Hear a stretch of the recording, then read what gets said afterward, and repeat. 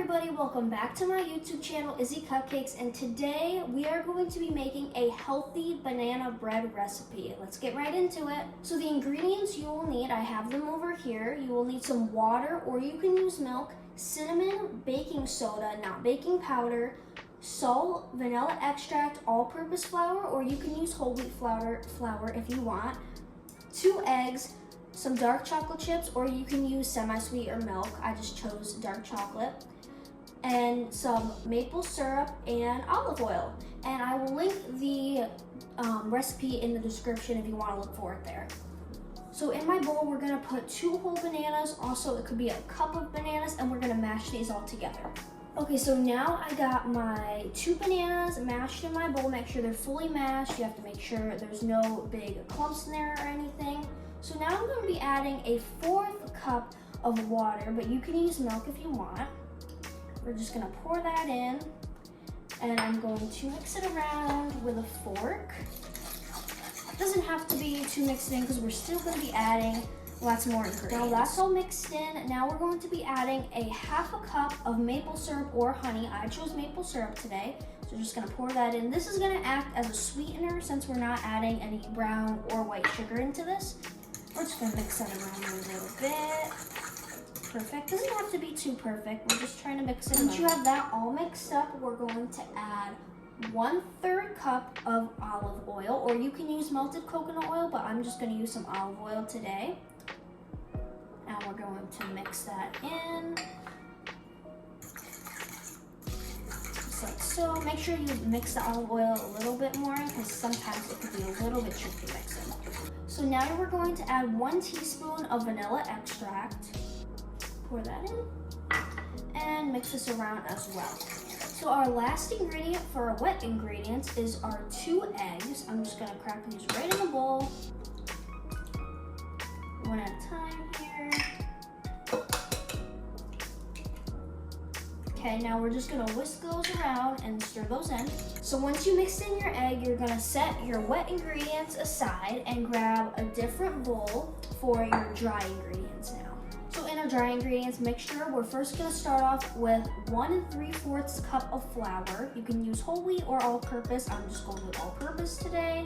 Then we're going to add in a 1/2 teaspoon of cinnamon, and then a 1/2 teaspoon of salt as well. Then we're gonna add in 1 teaspoon baking soda. Make sure it's not baking powder, they are different. So make sure it is baking soda.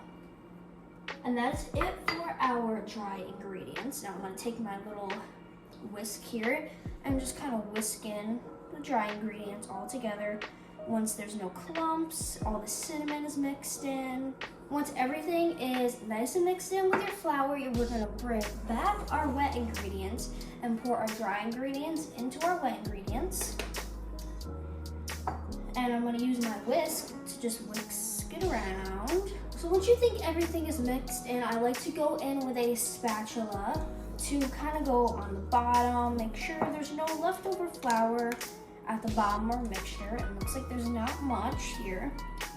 So now we're going to add in a 1/2 cup of chocolate chips, but you do not have to use chocolate chips. You can use chopped walnuts, chopped pecans. You can really put anything in this banana bread, but I'm just gonna put some chocolate chips in today. And now we're gonna fold these in with a spatula. So once you folded all of your chocolate chips in, or whatever you put in your banana bread, whether it was your walnuts or any type of nut you want.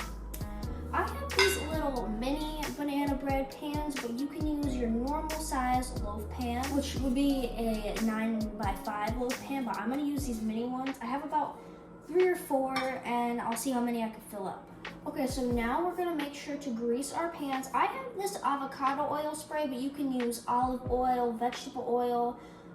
You can spray Pam in there. You can put parchment paper in there, but I'm just gonna use this. Just spray the inside, nice and coated all. Now once you greased the inside of your pan or your pans, or you put parchment paper in it, I'm going to just carefully pour my mixture in each one of these about 3/4 of the way full.